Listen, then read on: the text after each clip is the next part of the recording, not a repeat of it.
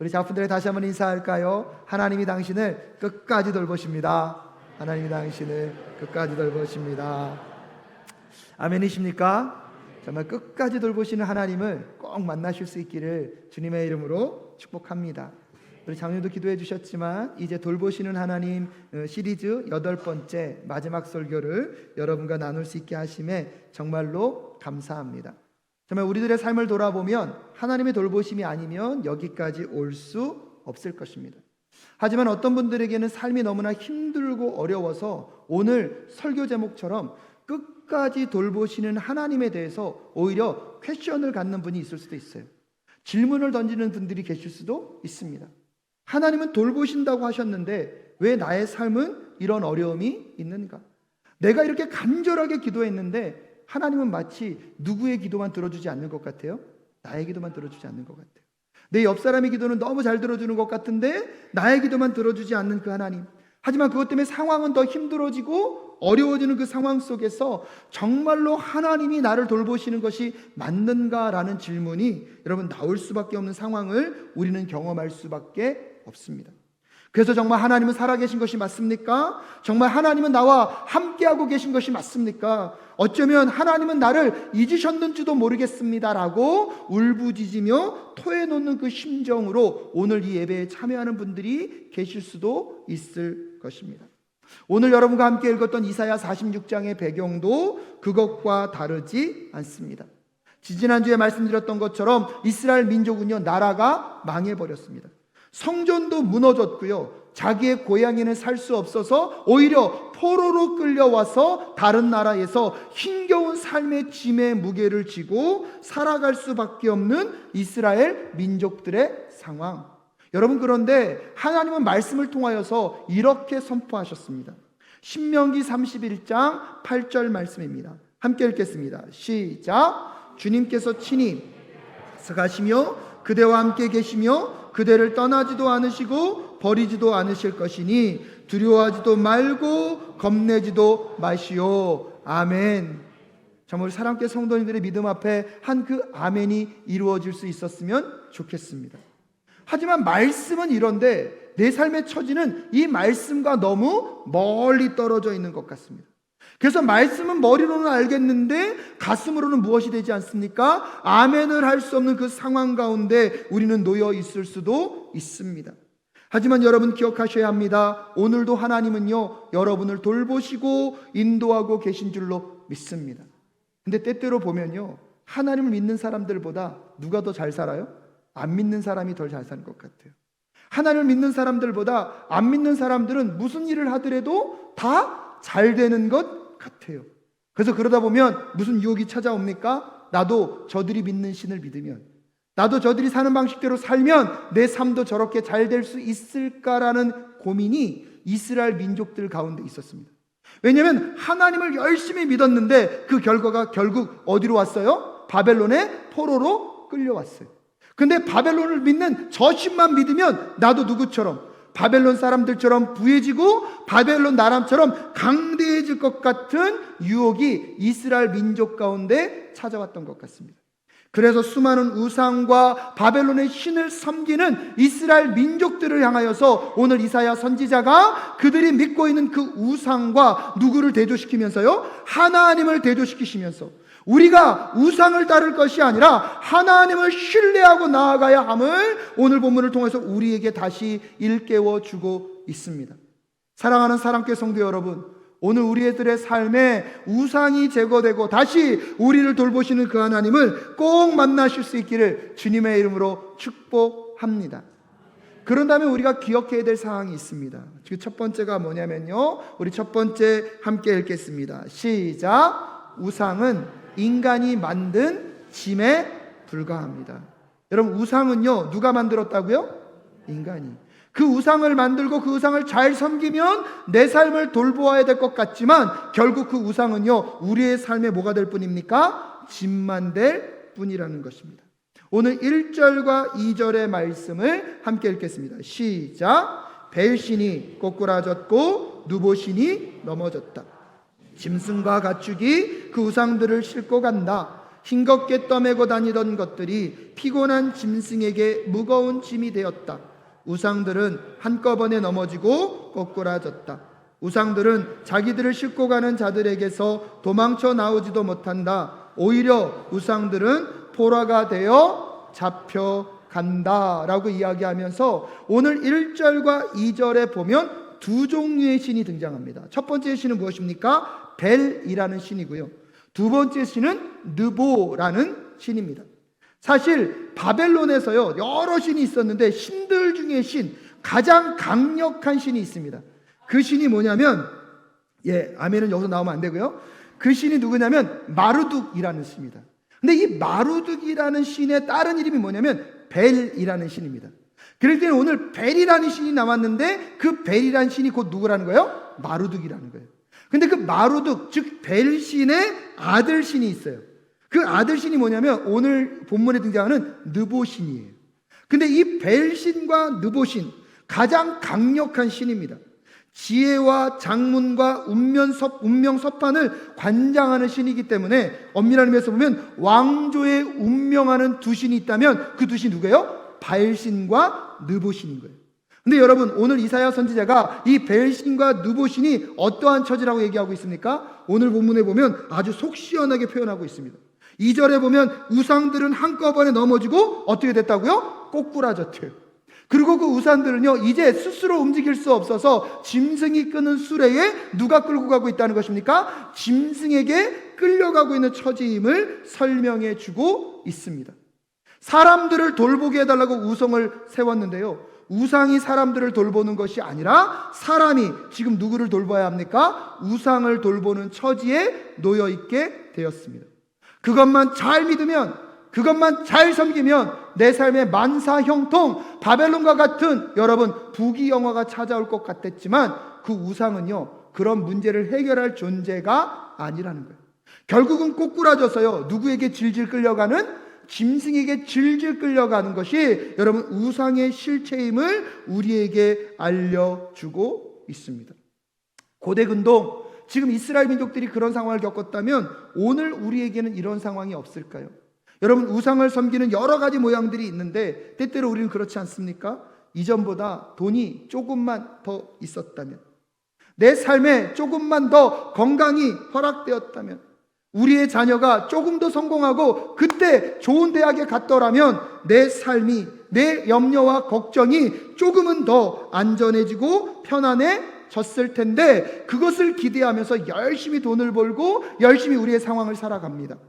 하지만 여러분 이런 질문 드려서 죄송하지만 묻겠습니다. 그래서 정말 여러분의 삶은 조금 더 나아지셨습니까? 무언가를 열심히 해요. 그것만 하면 해결될 것 같아서 열심히 해요. 근데 여러분 그 문제가 해결되는 것이 아니라 문제의 어려움 가운데 또 빠지고 있는 것들이 우리의 인생은 아닙니까? 그래서 어떤 분이요 이런 이야기를 썼더라고요. 사람들은 젊어서는 돈을 벌기 위해서 건강을 해치고 나이가 들어서는 해친 건강을 되찾기 위해서 무엇을 쓴다고요? 돈을 쓴다. 젊어서는 돈을 벌려고 뭐를 해치고요? 건강을 해치고, 나이가 들어서는 그 해친 건강을 회복시키려고 뭘 쓴다고요? 묻겠습니다. 남는 게 있습니까? 없습니까? 여러분 이게요 그 우상을 섬기는 것과 똑같아요. 우상을 섬기면 무언가가 이룰 것 같고 우리 삶에 뭔가가 채워지는 것 같지만 여러분 우상은요 우리의 삶에 무언가를 채울 수 있는 존재가 아닙니다. 오히려 우상은 인간이 만든 것이고요 결국 그것은 우리의 삶에 짐만 지어준다는 사실을 꼭 기억하실 수 있기를 주님의 이름으로 축복합니다. 돈이, 여러분 인간관계가, 세상의 성공이 나에게 무언가를 보장할 것 같습니다. 아니에요 여러분. 그것이 여러분을 살릴 수 없다는 사실을 오늘 꼭 깨달으실 수 있기를 주님의 이름으로 축복합니다. 그래서 이사야 선지자는 6절과 7절에서 우상에 대한 것을 더 노골적으로 설명하고 있습니다. 우리 함께 읽겠습니다. 시작. 사람들이 줌에서 금을 쏟아내며 은을 저울에 달고 도금장이들을 사서 신상을 만들게 하고 그것에게 엎드려 경배한다. 사람들이 우상을 어깨에 메고 우상을 둘 자리에 내려놓으면 우상은 내려놓은 그곳에 서서 꼼짝도 하지 못한다. 사람들이 그것에게 부르짖어도 전혀 응답하지 못하며 고난당하는 사람을 구원하지도 못한다. 여러분, 이 우상은요, 누가 만든 겁니까? 사람이 만든 겁니다. 가장 금은보화를 갖다가 아름답게 치장합니다. 마치 누구를 도울 것처럼, 나를 도울 것처럼, 누구를 살릴 것처럼, 나를 살릴 것처럼. 근데 여러분, 그 우상의 실체가 무엇입니까? 우상은 내려놓은 그곳에서 꼼짝도 못하는, 움직이도 못하는, 스스로 어떤 것을 할 수 없는 실체임을 드러내고 있습니다. 사람이 그것을 부르짖나 하여도 전혀 응답하지 못하는 그 우상, 고난당한 사람을 구원하지 못하는 그 우상의 실체를 깨닫고 그것을 붙잡지 마시고 살아 역사하시는 하나님을 붙잡는 오늘 이 시간 되실 수 있기를 주님의 이름으로 축복합니다. 우상에게는요, 세상의 것에는요, 구원의 능력이 없습니다. 살리는 역사가 없습니다. 오직 하나님만이 우리를 구원하시고 살리시는 줄로 믿습니다. 그러되면 여러분, 우상의 실체가 무엇인지를 오늘 이사야 선지자는 낱낱이 드러낸 다음에 우리에게 그 우상과 대조되는 누구요? 하나님이 어떤 분이신지를 이렇게 소개하고 있습니다. 두 번째로요, 우리 함께 읽어볼까요? 시작. 하나님은 요람에서 무덤까지 돌보아 주십니다. 엄밀한 의미에서 보면요, 요 무덤을 넘어서서 돌보시는 하나님, 우리 하나님이신 줄로 믿습니다. 그 우상과 대조시키면서 3절과 4절에서 하나님이 어떤 분이신지를 이렇게 소개하고 있습니다. 함께 읽겠습니다. 시작. 내 말을 들어라. 너희가 태어날 때부터 내가 너희를 안고 다녔고 너희가 모태에서 나올 때부터 내가 너희를 품고 다녔다. 너희가 늙을 때까지 내가 너희를 안고 다니고 너희가 백발이 될 때까지 내가 너희를 품고 다니겠다. 내가 너희를 지었으니 내가 너희를 품고 다니겠고 안고 다니겠고 또 구원하여 주겠다. 할렐루야. 여러분, 하나님은요, 태어날 때부터 우리를 어떻게 했다고요? 안고 품었대요. 근데 여러분, 태어날 때뿐만 아니라 언제까지요? 노인이 되어서 백발이 될 때도 동일하게 안고 품고 있대요. 감사한 것은 우리는 지금 실습 교육할 수 있습니다. 잠옷이라고 지금 루아 다닐 때 보면 어떻게 하고 있어요? 예, 하나님이 여러분을 어떻게 하고 다니신다고요? 그렇게 안고 다니신다는 거예요. 여러분, 제가 옛날에 초등학교 때 여기 아팠을 때 우리 아버지가 저 어떻게 해주셨다고요? 업어줬대요. 그렇게. 우리 교회 어떤 성도님들도 교회 아들하고 오는데 아들이 너무 힘들다 그러니까 그 아들에게 뭘 내줬어요? 어깨를. 어디까지 온 거예요? 교회까지 업고 오셨다 그러시더라고요. 뭐 하려고? 예배하려고. 여러분, 하나님이 그렇게 우리를요 안으시고 품고 업고 여러분 돌보시고 인도하시는 하나님, 우리 하나님이신 줄로 믿습니다. 그래서 신명기 1장 31절에 보면 하나님이 어떻게 역사하셨는지 이렇게 소개합니다. 함께 읽겠습니다. 시작. 또한 당신들은 주 당신들의 하나님이 마치 아버지가 아들을 돌보는 것과 같이 당신들이 이곳에 이를 때까지 걸어온 그 모든 길에서 줄곧 당신들을 돌보아 주시는 것을 광야에서 직접 보았소. 아멘이십니까? 하나님이 이스라엘 민족들을 어떻게 안고 품고 돌보셨는지를 성경은 우리에게 설명해 주고 있습니다. 하지만 여러분, 솔직히 말씀드리면 때때로 이런 돌보심이요, 오늘 내 상황 가운데 비교해 보면 아멘이 안 될 때가 더 많이 있습니다. 왜냐하면 정말로 돌보신다 그랬는데 지금 내 상황과 처지를 보면 돌보시는 것 같아요, 안 돌보시는 것 같아요? 대답을 못 하시네요. 근데 여러분, 오늘 잘 들으십시오. 하나님은요, 여러분이 태어나기 전부터, 그리고 우리가 죽어서 영원한 나라에 갈 그 영원부터 영원까지 여러분을 끝까지 돌보고 계신 줄로 믿습니다. 근데 문제는 그 돌봄이 나에게 느껴지지 않고 이해되지 않는 이유는 뭐냐면 나의 이야기 속에서만 이 돌봄을 해석하려고 하기 때문입니다. 즉, 내 인생의 이야기 속에서만 누가 역사하셔야 돼요? 하나님이 역사하셔야 돼요. 근데 여러분께 묻고 싶습니다. 여러분, 하나님은요, 나만의 하나님이 아니라 이 땅을 창조하셨고 다스리시며 온 인류를 향한 하나님이신 줄로 믿습니다. 우리는요, 하나님을 믿는다는 것은 나에게 역사하신 하나님만을 믿는 것이 아니라 하나님은요, 놀라운 계획과 위대한 이야기를 갖고 계신 줄로 믿습니다. 창세기부터 요한계시록까지요, 하나님의 위대한 계획이, 위대한 이야기가 흘러가고 있습니다. 그렇기 때문에 그 하나님의 위대한 스토리 안에 누구의 이야기가 포함되어 있는 것입니까? 나의 이야기가 포함되어 있는 것입니다. 하나님의 돌보심을 제대로 이해하려면 나의 이야기 속에서는 이해되지 않습니다. 하나님의 위대한 계획을 발견하시고 그 위대한 이야기 속에서 우리를 돌보시는 하나님을 만나실 수 있기를 주님의 이름으로 축복합니다. 그렇기 때문에 세 번째가 중요합니다. 우리 세 번째 함께 같이 읽어볼까요? 시작. 하나님은 계획을 반드시, 아멘이십니까? 여러분 9절부터 10절까지의 말씀을 함께 읽겠습니다. 시작. 너희는 태초부터 이루어진 일들을 기억하여라. 나는 하나님이다. 나밖에 다른 신은 없다. 나는 하나님이다. 나와 같은 이는 없다. 처음부터 내가 장차 일어날 일들을 예고하였고 내가 이미 오래전에 아직 이루어지지 않은 일들을 미리 알렸다. 나의 뜻이 반드시 성취될 것이며 내가 하고자 하는 것은 내가 반드시 이룬다고 말하였다. 아멘이십니까? 그런데 하나님께서요, 미리 계획을 우리에게 뭐 해주셨대요? 알려주셨대요.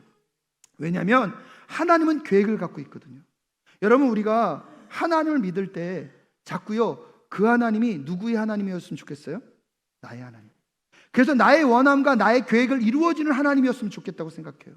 근데 묻고 싶습니다, 여러분.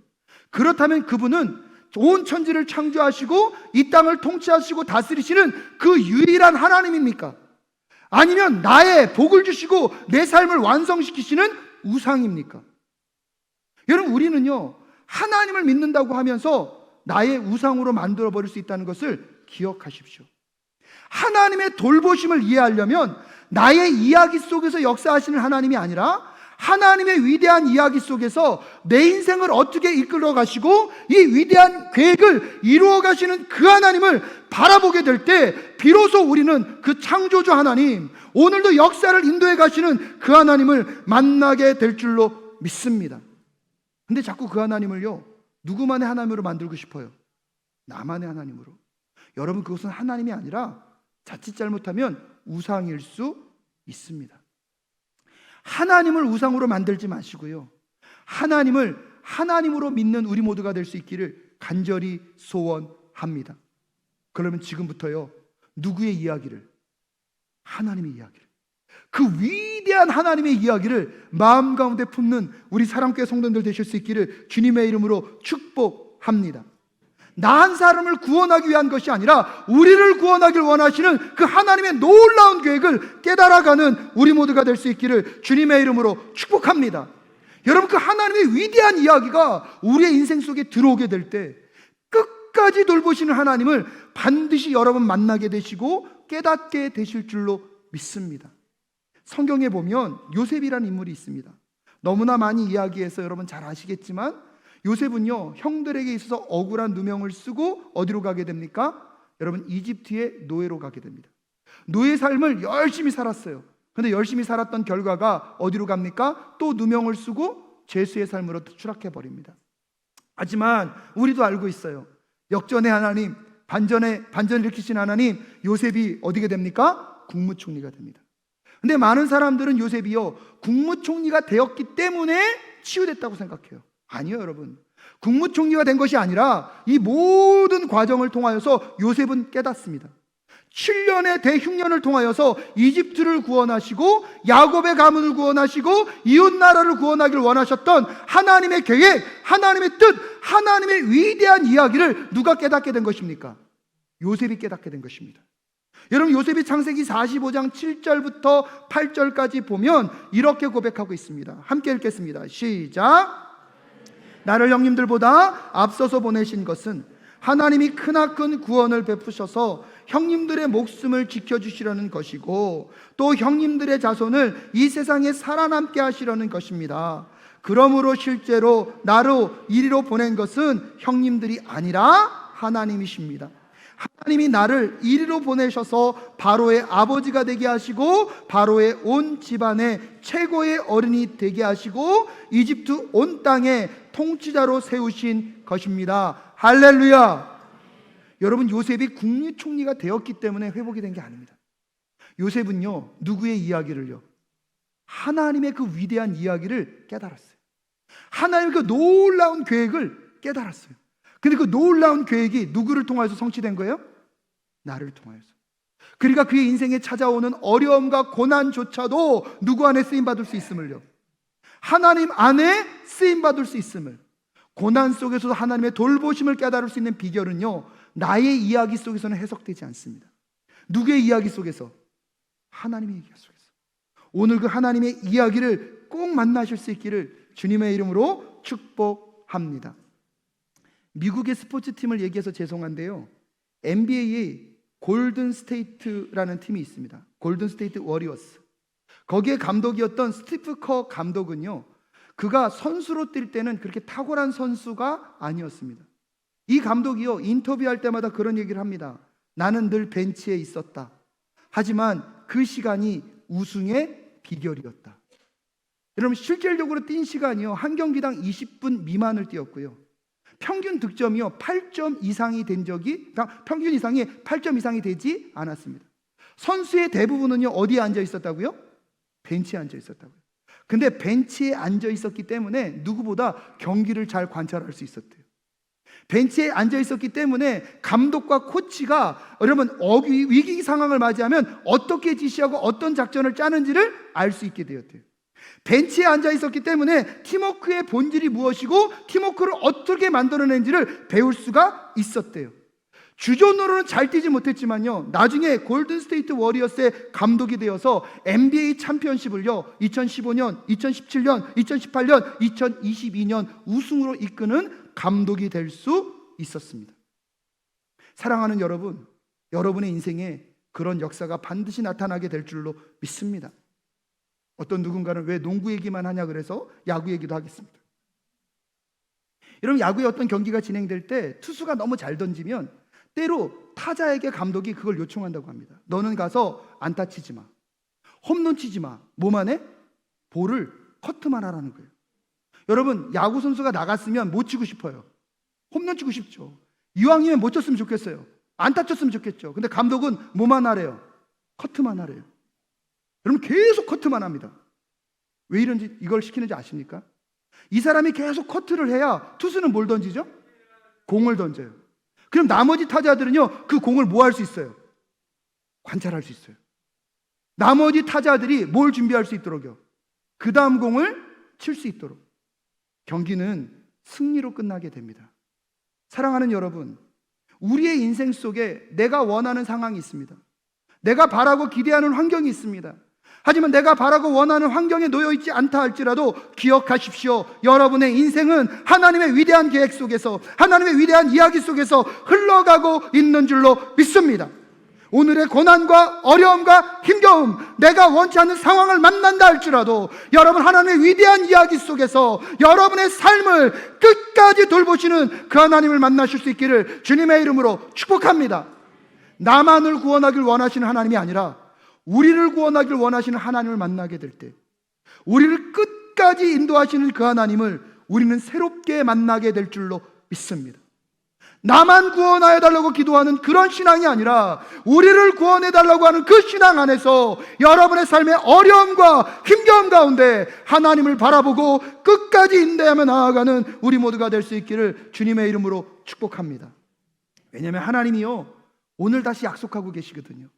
11절 말씀에 이렇게 선포하고 계십니다. 우리 11절 말씀 함께 읽겠습니다. 시작. 내가 동방에서 독수리를 부르고 먼 나라에서 나의 뜻을 이룰 사람을 불렀다. 내가 말하였으니 내가 그것을 곧 이루겠으며 내가 계획하였으니 내가 곧 그것을. 할렐루야. 여기서요, 동방에서 독수리를 불렀다는 것은요, 이제 바벨론이 그 다음에 페르시아에서 멸망되거든요. 고레스를 불렀다는 걸 의미하고 있습니다. 하나님은요, 지금 이 상황을 이제 승리케 하시도록, 이 상황을 역전시키시고 이 상황을 하나님의 위대한 계획이 성취될 수 있도록 지금도 일하고 계신 줄로 믿습니다. 여러분에게 이미 동방에서 무엇을 불러서요? 독수리를 불러서 여러분의 삶을 회복시키기 위한 하나님의 계획이 시작되었는 줄로 믿습니다. 근데 나만을 구원하는 것이 아니라 어떻게 해요? 우리들을. 그러기에 오늘 우리의 상황이 나의 뜻과 다르다 할지라도 누구의 돌보심을 신뢰하면서요? 하나님의 돌보심을 신뢰하면서 끝까지 인내하며 나아가는 우리 모두가 될 수 있기를 주님의 이름으로 축복합니다. 여러분 잘 기억하십시오. 나의 구원을 생각하면, 나의 잘됨만을 생각하면 이 하나님의 끝까지 돌보심이 이해됩니까? 이해 안 됩니까? 이해될 수 없습니다. 나의 이야기 속에서는 나를 끝까지 돌보시는 하나님이 이해될 수 없습니다. 그런데 여러분 기억하십시오. 눈을 들어서 나의 이야기가 아니라 누구의 이야기? 하나님의 이야기. 하나님의 그 위대한 이야기를 만난 사람들은 오늘도 내 인생 가운데 나를 돌보시는 그 하나님을 고백하게 될 줄로 믿습니다. 이걸 깨닫고 나면요, 내 삶에 내가 원치 않는 상황이 벌어졌어요. 그러면 여러분 꼭 기억하세요. 하나님께 Why me? 왜 나에게 이런 일을 이렇게 하셨습니까? 라고 말하는 인생이 아니라, 여러분 기억하세요? 당신이 그랬다면 그럴 만한 이유가 있었겠죠. 이렇게 고백하게 될 줄로 믿습니다. 그 하나님의 위대한 이야기를 알게 되면 당신이 그랬다면 그럴 만한 무엇이 있었겠죠? 이유가 있었겠죠. 여러분 그렇게 주님을 기다리며 나아가는 우리 모두가 될 수 있기를 주님의 이름으로 축복합니다. 근데 이건 여러분 하나님과 우리와의 관계도 필요하지만 우리 가정에도 필요한 것 같아요. 아내가 열심히 TV를 보다가 홈쇼핑에 너무 좋은 게 나왔어요. 벌컥 사버렸네요. 남편분들 옆에서 그거 왜 샀냐? 이러면 안 돼요. 그분을 신뢰한다면, 당신이 그랬다면 그럴 만한 이유가 있었겠죠. 남편이 오늘도 빡 봤는데 엉뚱한 행동을 했어요. 당신 왜 그랬어요? 이럴 게 아니라 뭐라고 얘기하라고요? 당신이 그랬다면 그럴 이유가 있었겠죠. 여러분 장로님들이 기도하고 뭘 좀 하면 왜 그렇게 했냐라고 말씀하지 마시고, 장로님이 그렇게 했으면 어떻게 하라고요? 당신이 그랬다면 그럴 만한 이유가 있었겠죠. 근데 가만히 보니까 여러분 이거는 누군가를 신뢰하지 않으면 할 수 없는 고백이에요. 정말 그 사람이 하는 일들과 그분이 이루실 일들을 신뢰하지 않으면 나올 수 없는 고백인 것 같습니다. 저는 이번에 설교를 마치면서 우리 사랑교회 성도님들이 여러분을 끝까지 돌보시는 그 하나님을 정말 만날 수 있기를 주님의 이름으로 축복합니다. 근데 여러분 나의 이야기 안에서만 이 돌보시는 하나님을 해석하려면 해석이 됩니까? 안 됩니까? 안 돼요.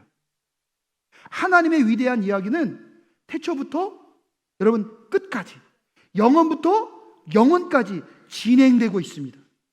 먼저 그 하나님의 위대한 이야기를 내 삶의 이야기로 받아들이시고 그 위대한 이야기 안에서 우리를 끝까지 돌보시는 하나님을 꼭 만나가실 수 있기를 주님의 이름으로 축복합니다. 근데 이렇게까지 설교했는데도 문제는 뭔지 아십니까? 여러분 오늘 본문 12절과 13절에 보면 이스라엘 민족들이 이런 이야기를 어떻게 받아들이고 있는지 잘 살펴보십시오. 우리 12절, 13절 함께 읽겠습니다. 시작. 내가 승리할 것을 믿지 않는 너희 고집센 백성아, 내가 하는 말을 들어라. 내가 싸워서 이길 날이 가까이 왔다. 그날이 멀지 않다. 내가 이기는 그날은 지체되지 않는다. 내가 시온을 구원하고 이스라엘 안에서 나의 영광을 나타내겠다. 할렐루야. 여러분 이런 말이 선포됐는데 여전히 이스라엘 민족들이 무엇이 세요? 고집이 세요. 생각을 내려놓지 않아요. 나의 마음을 내려놓지 않아요. 그러니까 하나님의 위대한 이야기가 누구에게 흘러오지 않습니까? 나에게 흘러오지 않습니다. 여러분 오늘 고집이 내려놓아 줄 수 있기를 주님의 이름으로 축복합니다. 나의 이야기 안에서 하나님의 이야기를 해석하려고 하는 것이 아니라 하나님의 그 위대한 이야기를 깨닫게 하여 주시옵소서. 나만 잘 먹고 잘 사는 내가 원하는 하나님이 아니라 하나님은 여전히 하나님이시기에 그 위대한 하나님의 이야기 속에 나의 이야기가 들어갈 수 있도록 주님 도와 주시옵소서. 그래서 그 하나님의 계획을 깨닫고 그 하나님의 계획 속에서 때때로 내가 원하지 않는 상황이 왔어요. 그럼 이제 어떻게 반응해야 돼요? 하나님 왜 그러셨어요? 이러면 됩니까? 안 됩니까? 안 돼요. 어떻게 하라고요? 당신이 그랬다면, 꼭 기억하세요. 따라하십시오. 당신이 그랬다면 그럴 만한 이유가 있었겠죠.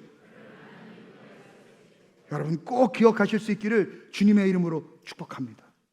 이번 한 주 어려움과 힘겨움을 만나실 때마다 여러분, 당신이 그랬다면 그럴 만한 이유가 있었겠죠. 끝까지 돌보시는 그 하나님을 바라보며 그분의 구원과 그분의 회복의 때를 기대하고 기다리며 그 승리의 날을 맞이하는 우리 모두가 될 수 있기를 주님의 이름으로 축복합니다. 기도하겠습니다.